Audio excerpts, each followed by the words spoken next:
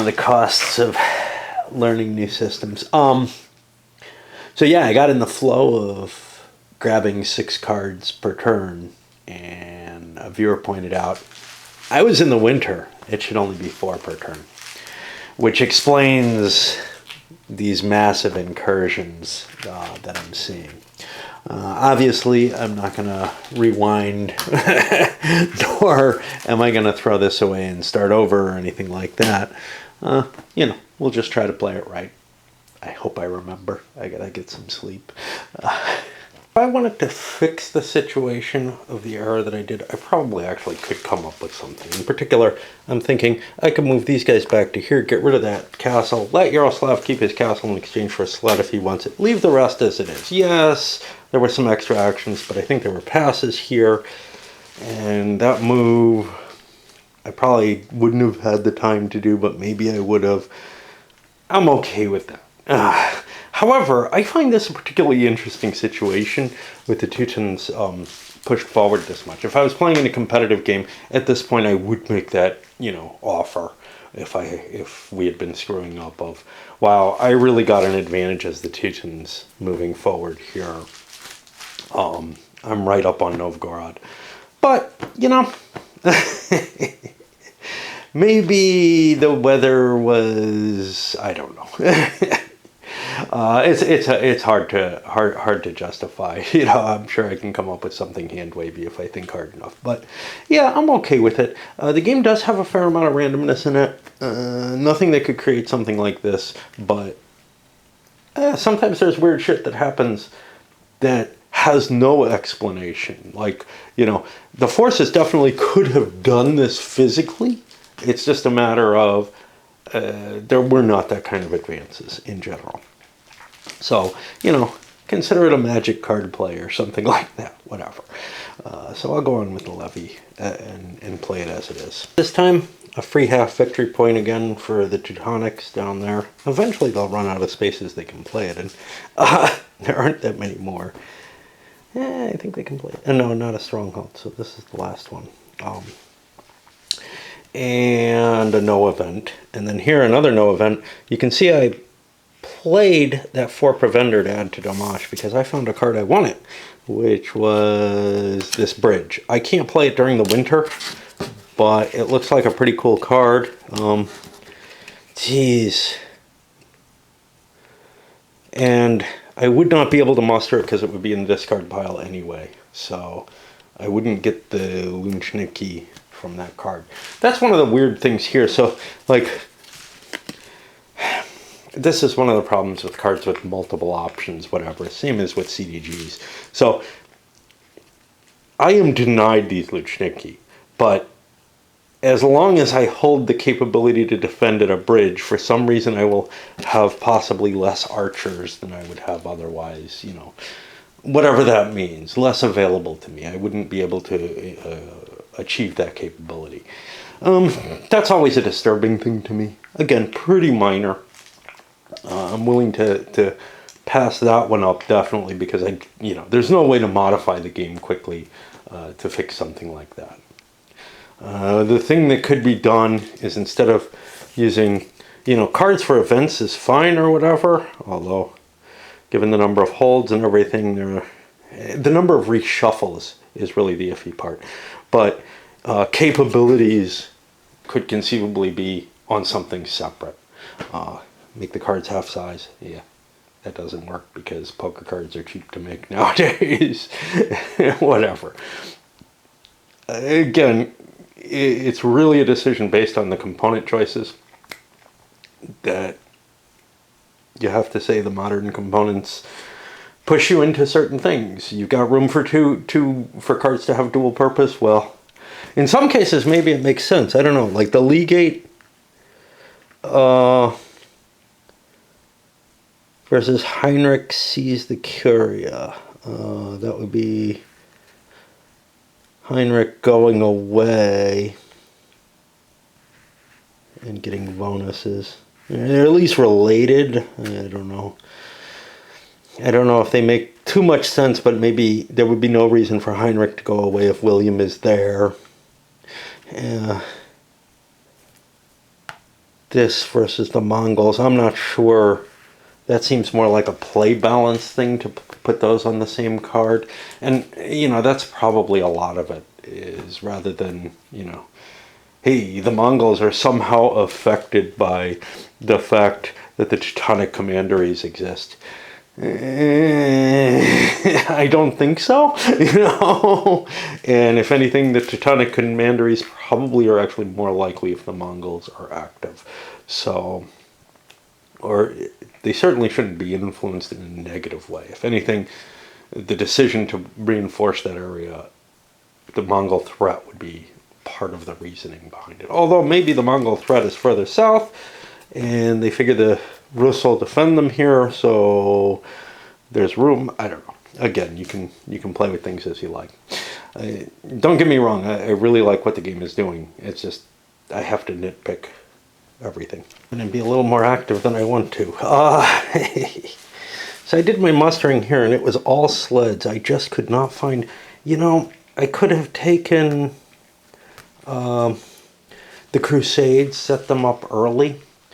But the problem with that is that I could get them for free from a card from here, essentially. So I kind of like the idea of them just coming by random event rather than spending for them. And actually, you get a better effect when that happens. I could have taken the ransom card, which gives you additional money when you capture an enemy lord. That, or when you defeat an enemy lord, that would have been interesting, but again, it had something I kind of liked as an event on it, so I was like, leave it in the deck, you know. And these sleds, if I'm going to be sticking around for a long time, only half of them turn into carts, so it's kind of useful. And see, Herman's got a pile, but he's got the 2 cards he wants there. Balustrai didn't do much for him, and there really wasn't anything else I was too excited about. But also, my knight Rudolph, disappeared because I had no money on him and no way to keep him in the game. A lot of times stuff like that happens where if you planned a little bit more carefully, you could probably set things up so that they work better. You know, he would have taxed or something like that to make sure he stays on the board. It wasn't able to do it. Then I went over here and started looking through the cards to see what I wanted. And oh my God, I got a pile that are all interesting. In part because Alexander's going to be coming in this turn. Things like the Baltic Sea trade. There's no ships up there in the Baltic. Now, Andreas can bring ships in, so that's probably not a good idea. He can cut that off with 1 boat, and ships might actually make sense for him. I don't know. But there's others, you know, like the Archbishopric looks interesting to me. You know, get an extra command starting at the seat of Novgorod, although even better is probably the House of Suzdal, which gives the same command advantage to Alexander and Andreas, which are the only people you can commit it to. But also improving Novgorod. Let me get rid of this one. I don't want to play it. Steppe Warriors. They help Alexander. He won't have them this turn, but in the future he could use them. That's probably out because of that. Streltsky, always kind of useful. I only have 2 there, but you know, adding the extra archery capability would make that a lot more powerful. So anyway, I mean, I just have lots and lots of choices to pick from, and I'm going to have to trim that down because I can only take 1 here and 2 here, and if I do that, I'm not improving my movement capabilities, and I really kind of need to. Just as this started clearing out, hey, some of Herman's forces needed to be paid, so I paid Herman and pushed him forward with a coin. Then we got to the call to arms stage, and I need a coin. Lots of little things to forget. It's one of the issues with procedural games. But, you know, and with this one, you get used to it. You're like, 6 cards each turn, great. You know, each campaign. Oops, no. Yeah. So what did we have here? Andreas shows up. I got him here. I got to try to remember he has an extra command from this. Good luck. And then over here, to tell you what I bought, I took the Stone Kremlin and the Streltsky. But then I spent my victory point dropping me off the board again and brought Alexander onto the board. He can't do any kind of muster. If I had another command, I could have bought a muster with that, but yeah, so that's not available. And I think we're ready to move into the campaign phase.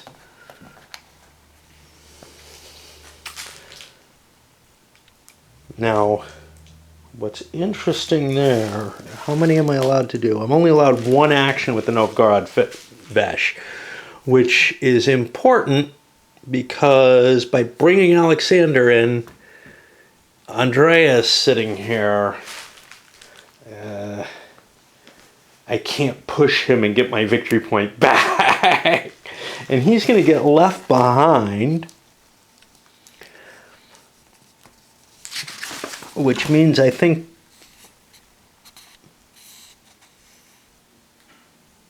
oh no, I can actually keep him ready and slide him forward, just not bring him into the game for this turn, which essentially is the same thing. So yeah, I can gain victory points from him, and I think I'm going to need to fight this battle. You know, I probably have an idea of what Herman and Yaroslav have. I have a pretty good idea of what I have, seeing as I'm looking at it.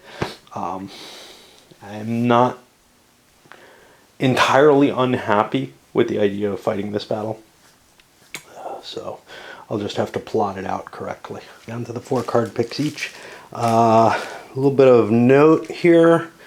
Herman's no longer a marshal, so he's been turned into a lieutenant and put on top, which means Yaroslav is no longer really someone I can draw command cards with. Not a big deal. I only have 4 command cards each because I'm playing by the rules now. And likewise, we got a lieutenantship here. And all set and ready to rock. And these turns are going to be a little quicker because only 4 actions on each. Thinking about doing something that's kind of hot. Another error pointed out. I've been treating cards that I draw as events as unavailable. They are actually part of the Arts of War deck. As soon as the event takes place, the only exception are the ones that are this levy, this campaign, whatever. Those are sitting in play, kind of out of the player's reach during them.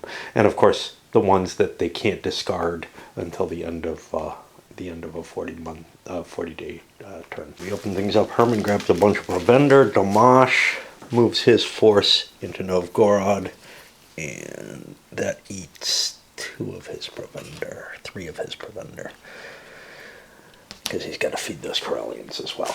Pulse Andreas starts his slow movement. Now he had to gather Provender in order to start moving, and likewise Alexander used all his activities to gather up some food. I've got an interesting question here for myself, whether I want to build the Stone Kremlin or try to hit these things now. I know what my leaders are, and I could move some other leader back here to build the Stone Kremlin. I feel like I need to win the battle right now. If I get repulsed, then I build it, and we live with the results of that, I guess. So I think I want to launch the attack before Andreas gets much closer, because I would rather gain this territory back and the victory points involved and everything than fortify Novgorod, which, you know, doesn't really do much for me. Andreas moves forward. Herman decides to take the siege as Alexander moves in. Could I have grabbed more Provender? That would have been the thing. Let's see. I had 4 provender that I spent, which means I probably could have grabbed 2 more. Yeah, let me grab that 2 extra in there. So if I spent 4, I had 6, 7, 8, 9, 2, 4, 6. So I spent one of my commands. I actually have an extra command, or no? No, I didn't take that leader, any of the cards that increased my commands. So I spent 1 command to grab Preventer, and then 2 to move. And then for the last action of the turn, once again, Andreas, he's only able to move 1 space per turn. The problem being he only has 2 sleds, and he's going to get outside of range where he can draw supplies. So he has to do a Preventer grab. Right now, like from here, he only gets 1, but that put him above the number of sleds he has, so he can only move 2. He can only move 1 space with his 2 remaining commands. It's this kind of slow move forward. He's not going to be able to grab any more Preventer until and unless he gets sleds, though. So that 4, that's going to get him to here next turn. To here the turn after. He can't forage there. He can forage here and here and or here, though. So he will be going forward. It's just, he will be continuing to not lose Preventer. Meanwhile, Alexander increased the siege value, which ate up almost all of his food, but starts cutting into Herman's food. So, we're seeing the approaching doom, the approaching battle. I did not want to fight in the field.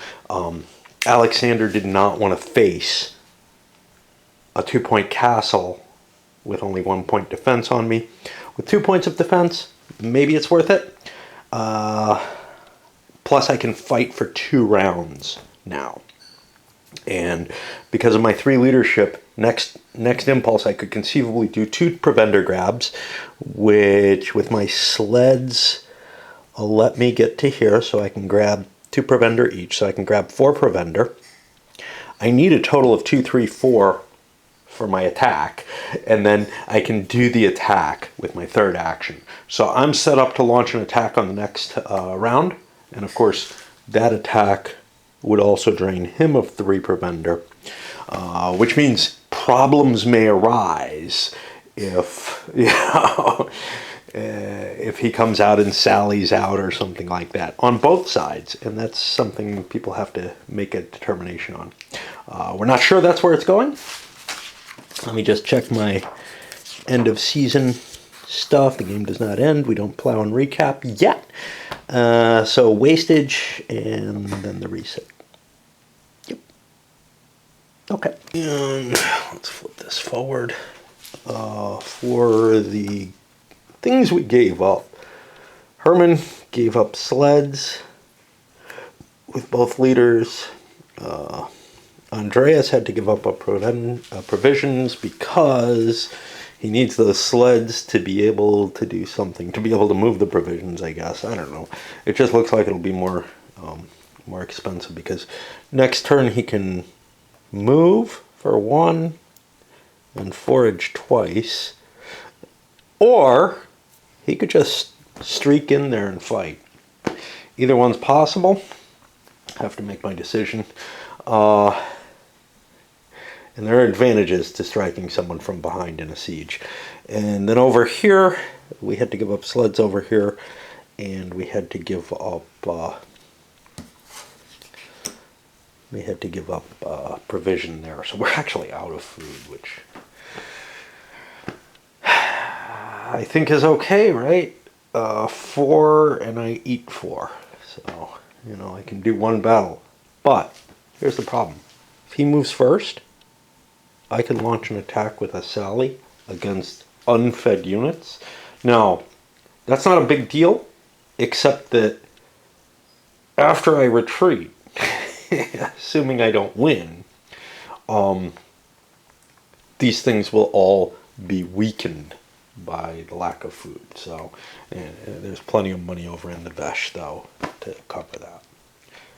All right, into the levy, I guess. The first one I got was The Grand Prince Favors a Son. On the calendar, you can shift Alexander or Andre or furthest right service of either two boxes. I had to look that one up because, man, that doesn't make any sense. Anyway, what it means is the Teuton player has an option. Let me look it up again. They just restate the same thing on the card, but then they say a tip here, which kind of tells you the how of it. It's not well described in the actual rules. Students choose direction of shift. Off calendar positions do not force opposite shifts. If both, I'm not sure what that means. If both cylinders are on the calendar, the Teutons choose which one to shift. Okay. If both service are, you have to take the one from the highest calendar box. And that's what the furthest right service is. Yeah. The wording is just hard to read.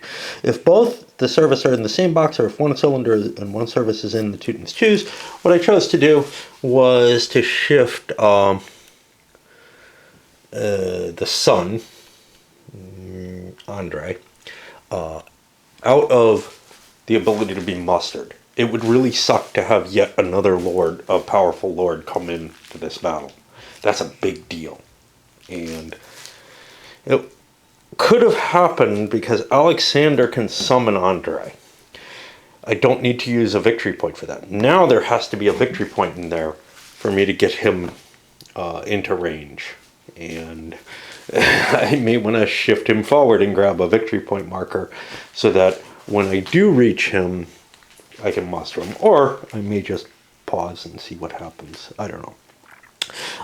For the Russians, I got a famine. The Teutonics can only supply maximum one preventer per command card from seats, and forage adds none.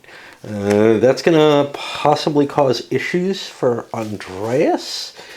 Probably he'll just charge in, though, because of it. And then another one against him. Dieter von Grungen leads the order to Kurland. On the calendar, you shift Andreas or Rudolph or their service one box. That's not a big deal. I pushed Andreas a little bit closer to his end of life. But for this levy, he's not allowed to muster. He was in a position where he could gather more forces. Now he can't. And that's going to be kind of painful. And lots of payments were due. This was something I wasn't really paying attention to. Herman only had one coin. He had the choice of either keeping Yaroslav, his own vassals on the board, or keeping Yaroslav on the board. Seems to me better. The forces were about equal. I've got all kind of benefits on Herman. To keep Herman on the board under siege. Because if Herman goes away, his vassals are gone, whether or not they were present in the battle. And that way, if I lose Herman, I have Yaroslav still available as a lord. And if I don't lose Herman, well, I'm in about the same position, except I have everything gathered under one. More expensive to move lord, but whatever. And then the other side of things, on the Russian side, both Damash and Karelians were losing things. Karelians as a force were going to disintegrate, and Damash was going to lose some of his leaders, so I had to pay 2 coin for that. I haven't yet gotten to the call to arms, so I haven't gotten my extra coin yet. There's some delay there, but that means I have my 3 leaders there, which looks good. Overall, both sides' forces are disintegrating as they enter into this campaign. Now it's time to actually muster. Muster. These guys are not in friendly territory. They're besieging. Herman is being besieged. He can't muster. And Andreas has a limitation on him. Now, it's important here, that at least in my interpretation, that limitation, that muster penalty includes if the papal legate is placed with him. So I can't get a fake muster operation off him by doing this, which would have been a good tactic. I was planning on coming forward with these forces. That's not going to happen. What I am allowed to do, however, is I can't do the equivalent of a payment. The Teutons are expected to get their payment by pillaging alone. They don't have anything like the Vesh's capability to flow, keep their lords on the board, which is a potential danger, to tell you the truth. But I do have the capability to put him here and bring... Wait, that's not Yaroslav. Where'd Yaroslav go? And bring Yaroslav so that he's available next turn. Next turn may be a little too late, but if I win the battle, he's reinforcements. If I lose the battle, he's someplace I can fall back on and still have some forces, I hope. That's sort of the best I can hope for. Going over to Novgorod, there is not a lot I can do. I could push Andrei further. I think that's a good idea. The reason being, if I need to keep Alexander on the board, I'm only allowed to do one of these per turn. So I am going to steal a victory point and put this back here. Next turn, I would not be able to muster him because I wouldn't have a victory point, so I'd have to push him forward anyway. Unless something were to happen that would give me a victory point. And there might be cards. Again, I'm not looking at the cards to try to, figure out, hey, what are my chances of anything happening? Oh, and William comes back off because he did something. And I stack the cards, and Andreas opens things up with the big battle. And I got a moved fought there. Everybody's going to count as moved fought because I'm sallying out with Herman, obviously. This does not look particularly good for the Teutons. But I didn't want to lose Herman without a fight. And, well, turns out that Alexander has no food, which works out really well, actually. So, hey. Not that I can consider everything. If this was in front of me and in the open, how I'm pretending it's not, I might not have noticed that he's out of food and that it was an opportunity to hit. Look at the damn devil. I drew this damn card. I could have saved Yaroslav and Herman for this battle. And now I didn't. Well, like I cheated there, I'm going to make this forget stand in there. I am not defending in battle, so I can't use the hill card. But we have a hill. We can't play this because it's a winter battle. But we'll be playing the hill card, which gives us some bonus archery, which is a big deal because Domash has so much. I think I'm going to put Domash in. Let me think how I do this. I've got to fill the front line, which means I'll be being attacked from behind as far as I can tell. Let me check the Sally rules to make sure that's the case, because that doesn't seem quite fair. It's not that big a deal. It counts as flanking forces, but I think they don't get their siege defenses because of it, if that's the case. Let me look over the relevant rule here. His relief sally. When a side approaches a locale which is also besieged, any besieged lords can join the attack for no added command actions. Array sallying attackers as above, but behind the defenders. Okay. Array any reserve defenders as a front defenders. Well, my battle array says the active lord starts at front center. The attackers then fill in front, left, and right with one other lord present, placing remaining lords in reserve. The defender must put one lord directly opposite each front attacking lord, first in the center, left, and right. Any remaining lords go into reserve. That seems rather ambiguous to me. The way it's worded, I don't think I get any flanking. So I think what would happen is Andreas is attacking. Here he is. Domash, I'm going to put in my front center. And now I'm not allowed to place forces here. The additional forces have to be in reserve. I'll put them there. And now, as if front defenders facing the sallying attackers. Well, okay, the sallying attacker, let's get him here. is here.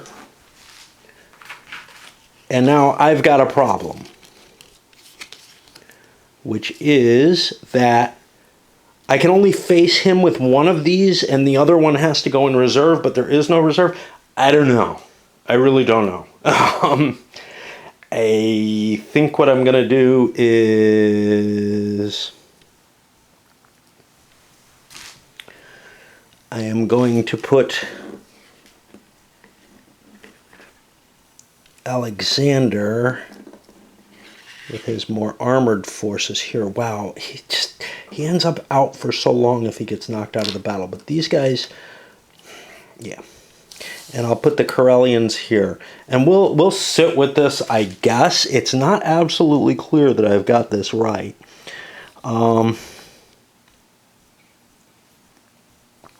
Front defenders as if flanking them. Hold on. Sallying Lords attack reserve defenders, or if none, front defenders as if flanking them. 4.42, which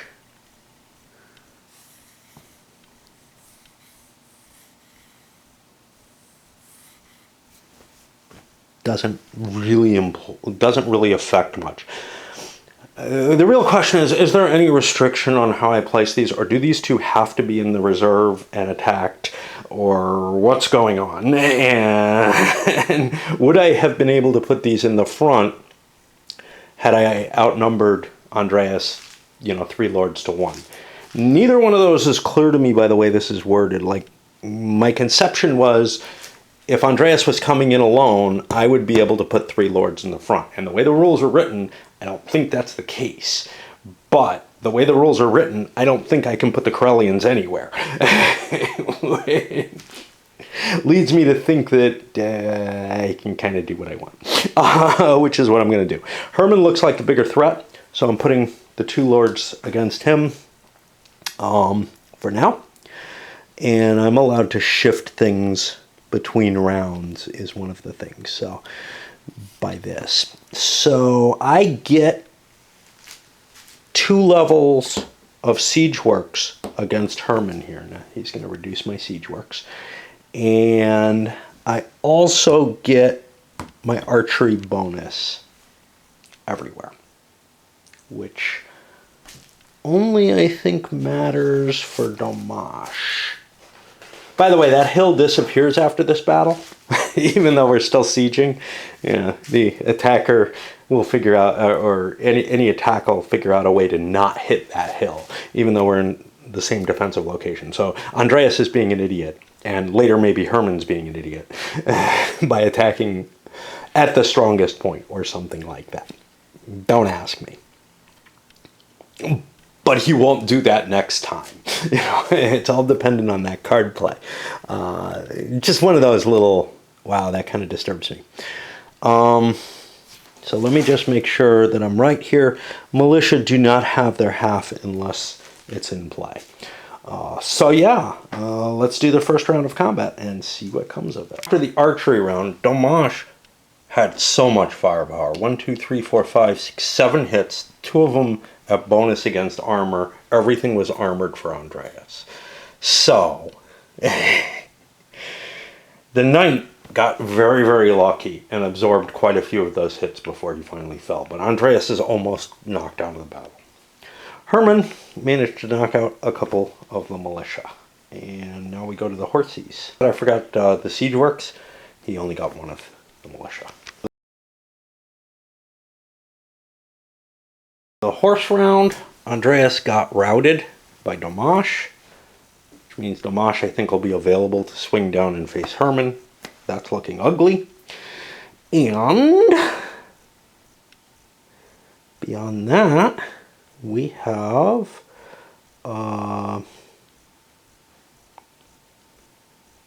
right, let me think. The horse battle between those two, Hermann lost 1 of his knights.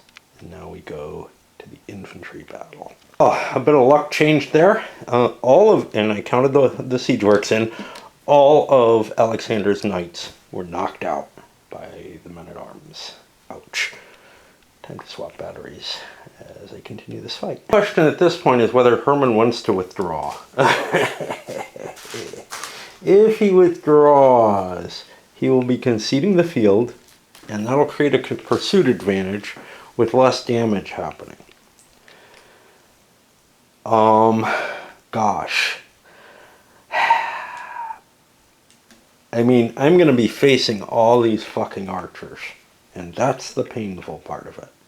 And Alexander's on the defense. On the other hand, I'm going to be facing them anyway, because between rounds, let's see. Both sides reposition. First, the routed lord is removed. Advance, reserves can go into empty front positions, and then we fill the center. So, Domash will be sliding into the line of battle here. And that's just not good. But, damn, I just don't know. I almost feel like I have to stay. If I don't stay, Andreas is in a lot of trouble. However, let's take a look, because I can see their battle mats now. I can see they have no food. I don't know if I should know that, but what I have here is Alexander, who's going to stick around, but he may be badly weakened. The Karelians, money is going to have to be paid for them.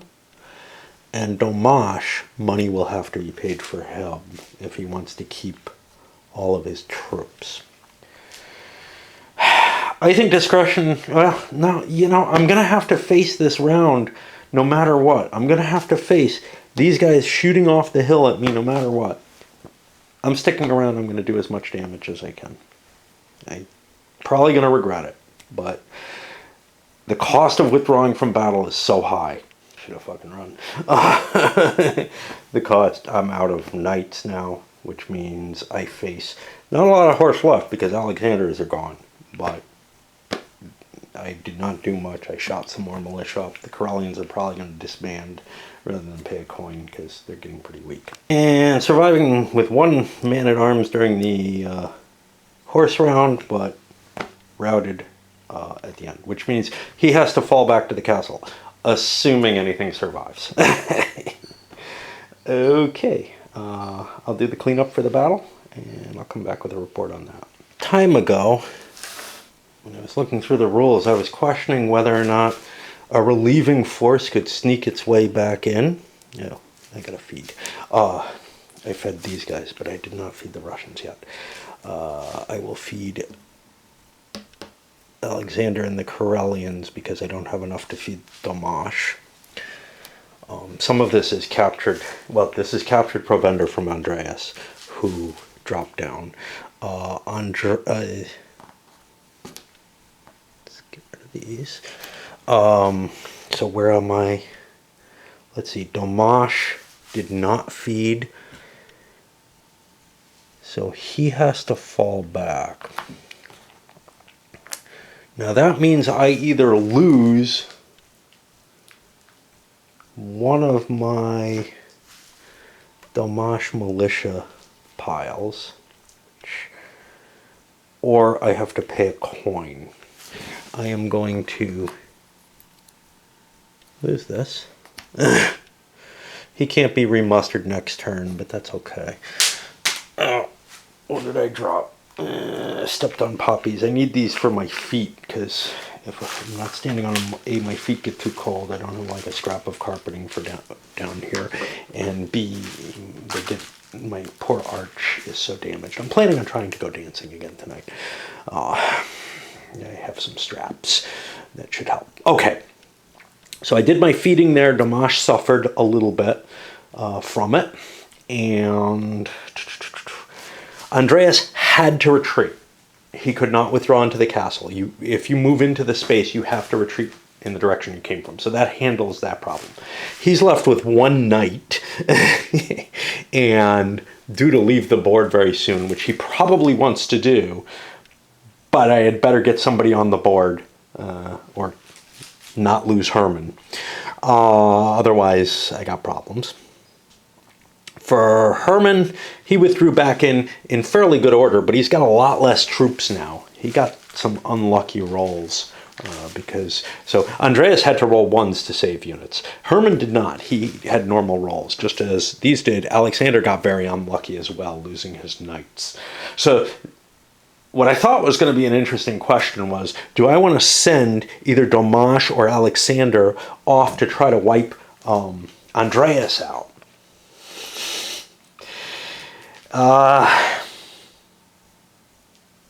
I can at least chase Andreas off the board. If he has to withdraw before combat.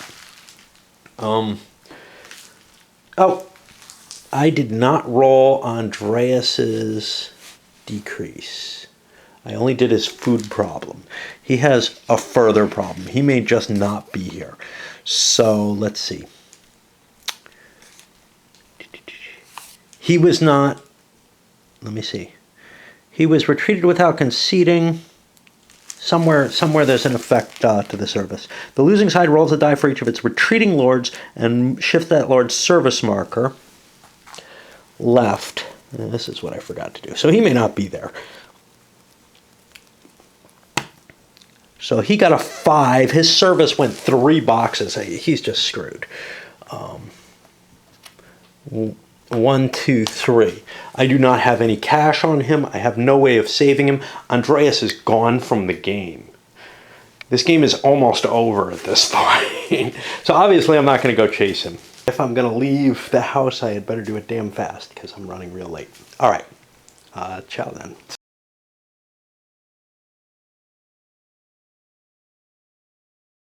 So far, I've just been drawing Andreas cards over in that command stack. He was the one who was supposed to be able to do stuff.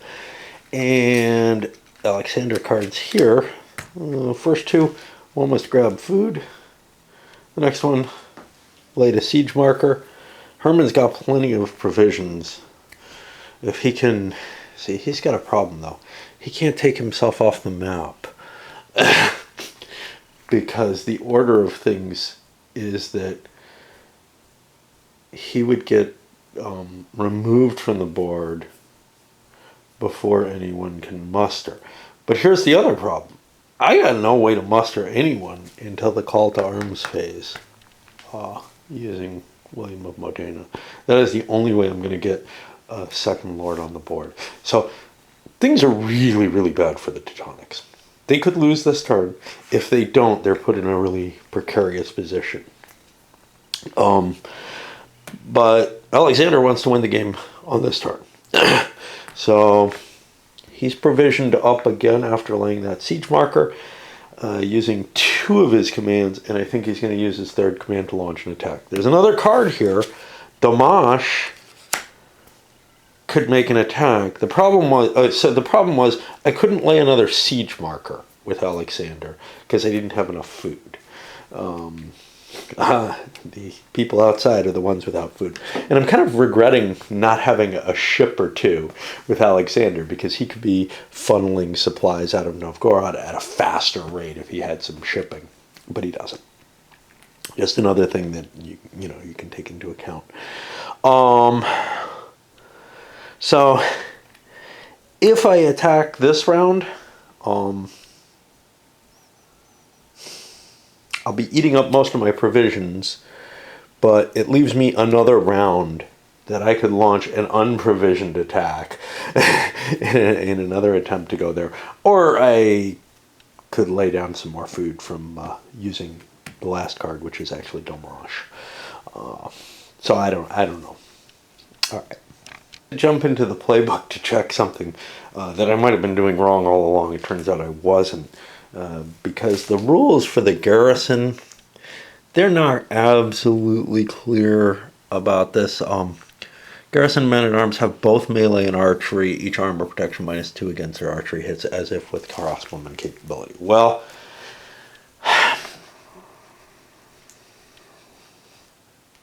what I've been doing, and is correct, is I treat it as if they have the crossbowman capability across the board. But it's not absolutely clear if that only applied to the -2 against their archery hits, and if indeed their archery capacity was double the strength of a normal man-at-arms one. The playbook does clear that up.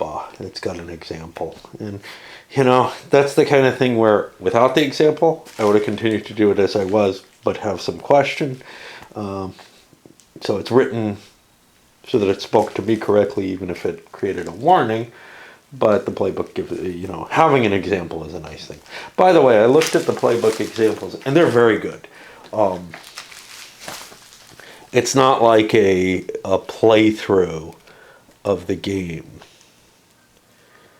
It's, hey, here's an example of Siege and Storm, and that is exactly like how I want things to be in something procedural like this. I find this really good. It's very, very detailed play examples, but that's what they are. It's not like, oh, here's the first 3 turns of the campaign and it shows most of what you want to do, or something like that. Which too many games have. They're interesting reads, but they give you some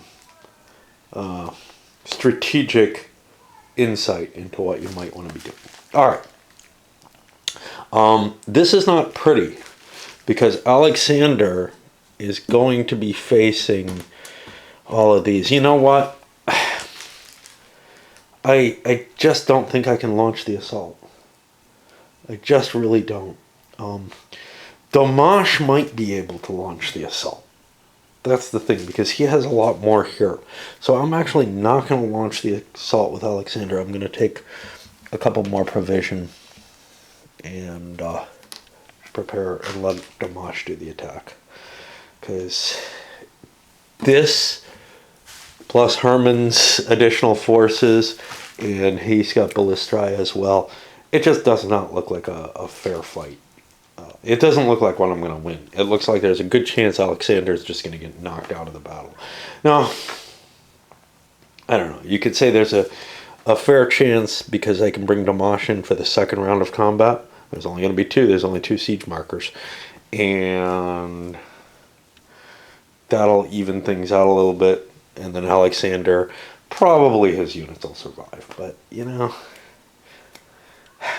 I don't think so. I think we're going to play it more cautiously. First round of combat, Domash has taken some hits on some of his armored units.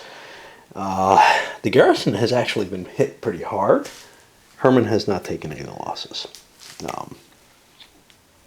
Remember, the garrison regenerates each siege. I don't think I can take it. And I feel like I'm just kind of wasting my own troops here.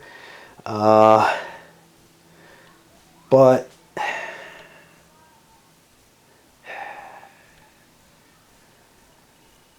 don't know. I'm really debating whether or not to keep going a second round, because this did not work out very well for me. Even though I got some lucky rolls on the garrison. I don't know what option I have, though. I mean, I can build my walls up a couple more levels. By the time I do all that, Herman will just vaporize, right? He'll figure out some way. Jeez. I don't know. And we wiped out the garrison, and that's it. And we have some hits here that I gotta check. Let's use the black one for the horsey. Oh, goody. I lose a man-at-arms. Without gaining anything. And now I gotta eat my food. Oh, that pushes us into the Rasputina. And wow, they got the card numbers up here. Very helpful. I was like, I'm gonna have to go look that up. All of our sleds turned into carts, and half of our sleds turned into carts, and the other half we burned for firewood or something. And food situations are what they are. Wastage. Got rid of the siege works. Not the siege works, the trebuchets. Yeah, and I'm going to have to... Oh, I'm just screwed. Yeah, I'm just screwed. I have no way to pay Herman off. He has no coin with him. So the game is actually over. Because he is going to vaporize. And I had better pay. Oh no, I've got Alexander on the board. Yeah. So this game is over. And we had a Russian victory, essentially. And what does that mean? Probably means that a treaty is come up with and this territory is all given back and maybe some kind of indemnity is paid. But it's just clear that there's, it was going to head in that direction anyway. There were not a lot of things left. There's, what? It looks like I have 2 lords left. I have Yaroslav and Rudolf, neither of which is able to stand against Alexander and Andrei and all these Russian lords. So, what really happened was the loss of lords.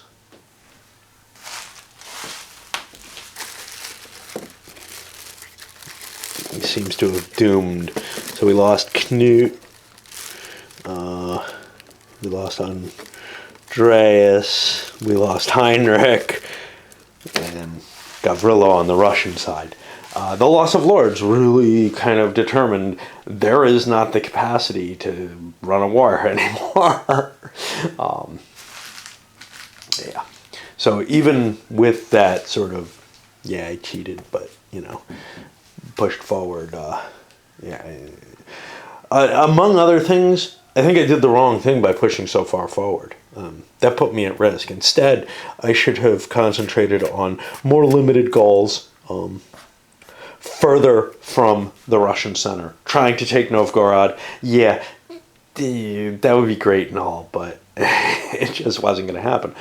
But we got damn close, and it came down to, there was one of these. If Alexander didn't show up, it might have been significantly different. Now you have to remember, I also disbanded Yaroslav early. Now I'm out of coin now, but it would have been, I think, I seem to remember, it would have been possible to keep Yaroslav on the board here. Had he and Herman and Andreas all been, well, had he been with Herman in the Sally, it might have made a difference. I don't know. But, yeah. And instead, we just ended up giving those coins to the Russians along with everything else. Alrighty. Yeah, this was fun. I guess it's time to head back to Vietnam, though. Yeah. I'll try to figure out where I'm going to do the review for this. I hate to do it in this mess.